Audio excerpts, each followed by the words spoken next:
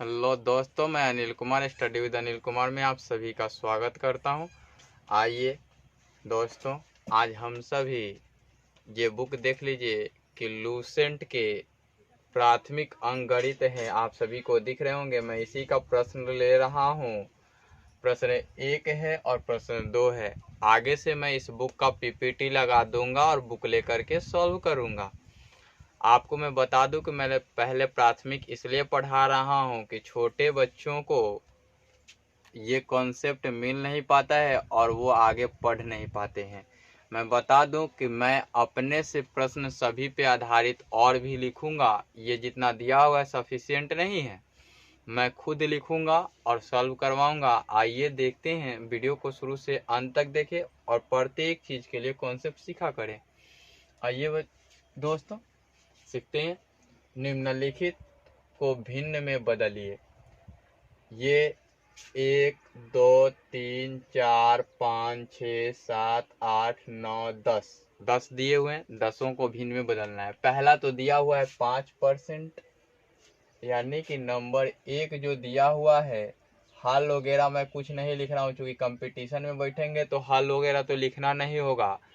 आप कोई भी प्रतियोगी परीक्षा में देते हैं तभी काम आता है ये, ठीक है। अन्यथा मैं एक के लिए बता देता हूँ क्या लिखेंगे। हल दी गई प्रतिशत में मान कितना दिया हुआ है, 5%, है ना। अब इसको चेंज करना होगा। 5 और परसेंटेज का क्या लिखते हैं, 1/100 लिखते हैं, तो क्या आता है 1/20। अब मैं इस प्रकार से नहीं लिखूंगा, ये हल और दी गई परसेंटेज में मान ये सभी मैं नहीं लिखूंगा। इसलिए नहीं लिखूंगा कि मैं बता चुका हूं कि कंपटीशन में बैठेंगे तो ऐसे नहीं लिखना होगा। चलिए, 5% का सीधा सीधा मतलब आप याद रखें कि 1/20 होता है। मैं पहले भी बता चुका हूं कि प्रतिशत लिखा था उसी समय कि ये बहुत काम की चीज है।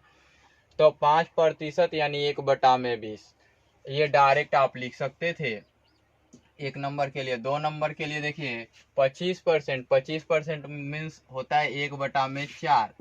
क्या होता है, 1/4। क्यों भाई, तो देखिए कि ये 5% है, यहाँ रिलेशन देख लीजिए, और ये 25% है, यानी कि यहाँ से यहाँ आने में कितना गुणा, 5 गुणा, है ना। अब देखिए कि यहाँ इसका वैल्यू 1/20 है, तो यहाँ से यहाँ आने में कितना, 5 गुणा। तो 1/20 का 5 गुणा करेंगे तो 5 चौके 20, यानी 1/4। इनके बीच रिलेशन भी आप देख चुके हैं कि इधर से ये 5 गुणा होता है तो ये भी 5 गुणा होगा। तो 1/4 1/20 का कै गुणा है, 5 गुणा है। आपसे पूछा जाए कि 1/20 1/4 का कै गुणा है, तो 1/5वां भाग है, तो 1/5 गुणा है। आप ऐसा बोल सकते हैं, इनके बीच रिलेशन बता सकते हैं। कैलकुलेशन में आपको यही छोटी छोटी बातें आपको बहुत काम के होते हैं और आप सभी देखेंगे कि ऐसा होता क्यों है। आइए अगला मैं बताता हूँ। यहाँ 35% है, तो यानी कि आप 3 नंबर के लिए 65% है, 35 नहीं 65%। इसको 13 × 5% लिख सकते हैं क्या। 5% मीन्स 13/1/20, तो कितना हो जाएगा, 13/20 हो जाएगा। ये आंसर हो जाएगा। आपको मैं पहले भी बता चुका हूँ कि जितना आप याद रखेंगे उतना आपको बेनिफिट होगा। यहाँ 65% मीन्स 1/100, यहाँ से 13 × 5 और यहाँ से 20 × 5, यानी कि 13/20 हो जाएगा। आपने देखा। अब आपको मैं बता दूं कि कोई भी प्रश्न हो आप जल्दी से सॉल्व कैसे करेंगे। अब देखिए कि यहाँ बहुत सारे ऐसे प्रश्नों को सॉल्व कैसे करते हैं। सीधा सीधा दिमाग लगाते हैं, जो आसान होते हैं उसी को करते हैं। आइए अगला देखते हैं। अगला है 4 नंबर, 6.1/4%। इसको आप बहुत सारे तरीका से बना सकते हैं। एक तरीका तो आप जानते हैं कि इसका डायरेक्ट जो आंसर होता है 1/16 होता है। इसको तोड़ेंगे 6 चौके 24, एक 25 हो जाएगा, 25/4 हो जाएगा, और परसेंटेज को तोड़ेंगे तो 100 हो जाएगा, और 25 चौका 100, 1/16 हो गया। ऐसे तोड़ के बना सकते हैं आप डायरेक्ट। एक और मेथड है, आप देखिए 6% प्लस 1/4% लिख सकते हैं। आपको मैं बता दूं कि 6% का 0.06 ये डेसिमल फॉर्म है, इसको मैं पढ़ाऊंगा आप सभी को।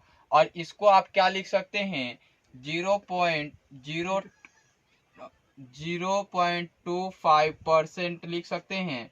अब इसको लिखने जाए तो 0.06 प्लस इसको लिखने पहुंचते हैं आप तो 0.0025 हो जाएगा, और इसको ऐड करेंगे तो क्या मिलेगा, 0.0625। अब इस डेसिमल को हटाने जाएंगे तो क्या मिलेगा, 625 अपॉन में 1000224, तो 4 टाइम्स 0 हो जाएगा। अब इसको आप काटने जाएंगे तो 25 बार में काटेंगे, 25 चौका 100, 400 बार में फिर 25 होगा, और 25 16 कितना होता है, 400 होता है, 1/16। इस प्रकार से भी आप बना सकते हैं। आप चाहे तो कोई भी मेथड अप्लाई करें, ये वे 1 हुआ, और ये वे 2 हुआ, और ये वे 3 हुए। आप बहुत सारे तरीका, आपके दिमाग में कौन सा अप्रोच जल्दी आता है उसको आप अप्लाई करें और बनाएं, आपसे बनेगा। आप देखेंगे अगला, देखिए अगला है 5 नंबर, 8.1/3%।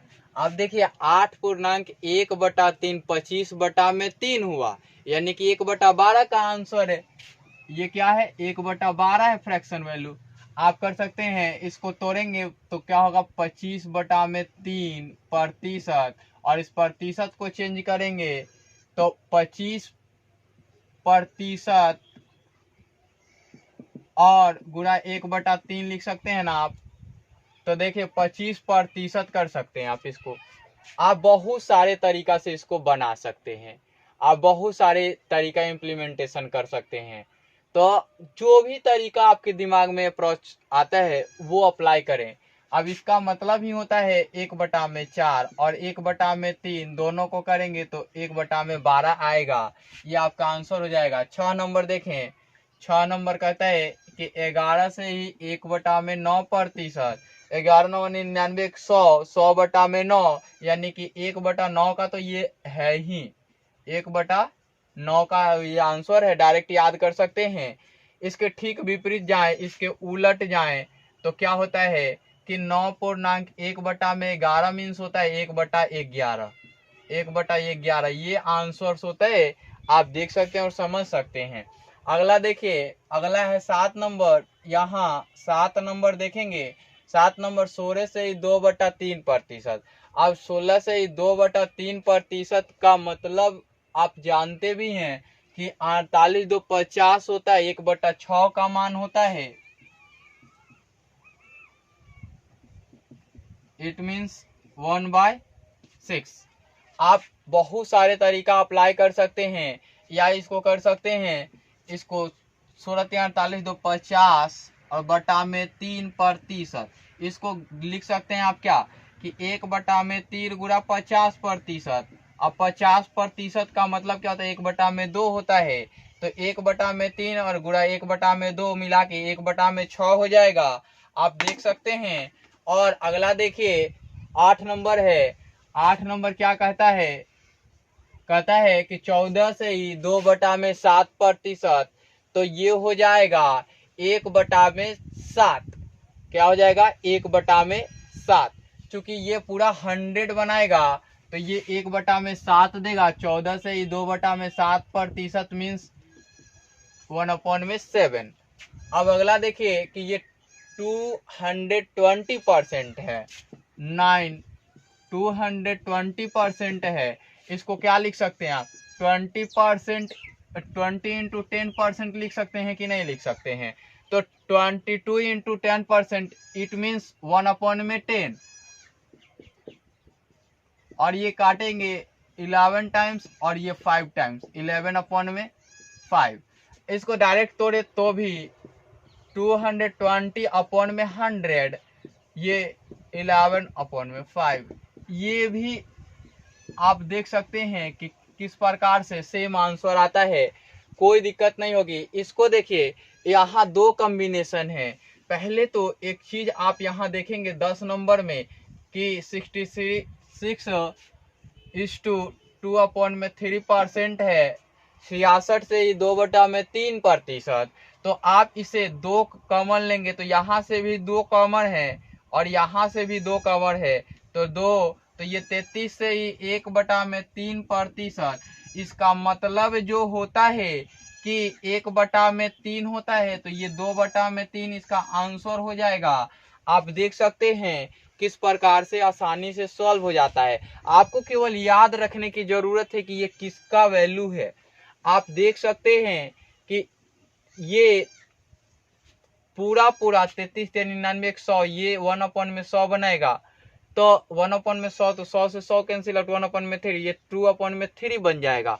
आप बहुत सारे अप्रोच लगा सकते हैं। आपको मैं ये बताया हूं कि पूरा मैं क्लियर करा देता हूं दोनों टाइप्स का प्रश्न, तो आपको मैं दूसरा सॉल्व कराऊंगा और भी सारे प्रश्न लिखूंगा, आप देखेंगे। अब देखिए, निम्नलिखित साधारण भिन्नों को उनके तुल्य प्रतिशत में बदलिए। उनके सापेक्ष, तुल्य मीन्स सापेक्ष पर। तो देखिए कि एक नंबर है 2/5।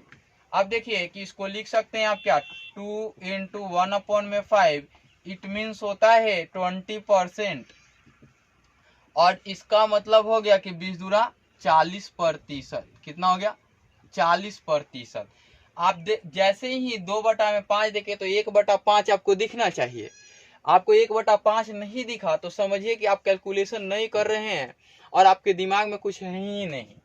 चलिए दूसरा नंबर लिखते हैं, 3/4। 3/4 लिखने में मतलब 1/4, और 1/4 25%, 25 नहीं 75% हो जाएगा। ये डायरेक्ट आंसर है। और नहीं करने आता है तो इसको देखिए, 3/4 और गुणा 100% करेंगे तो हो जाएगा 25 चौका 100 और 25 75%। आपको दिखना चाहिए कि ये इस प्रकार से कि 3/4 मतलब कि 3 गुणा 1/4 होना चाहिए, और 1/4 का मतलब ही होता है 25%।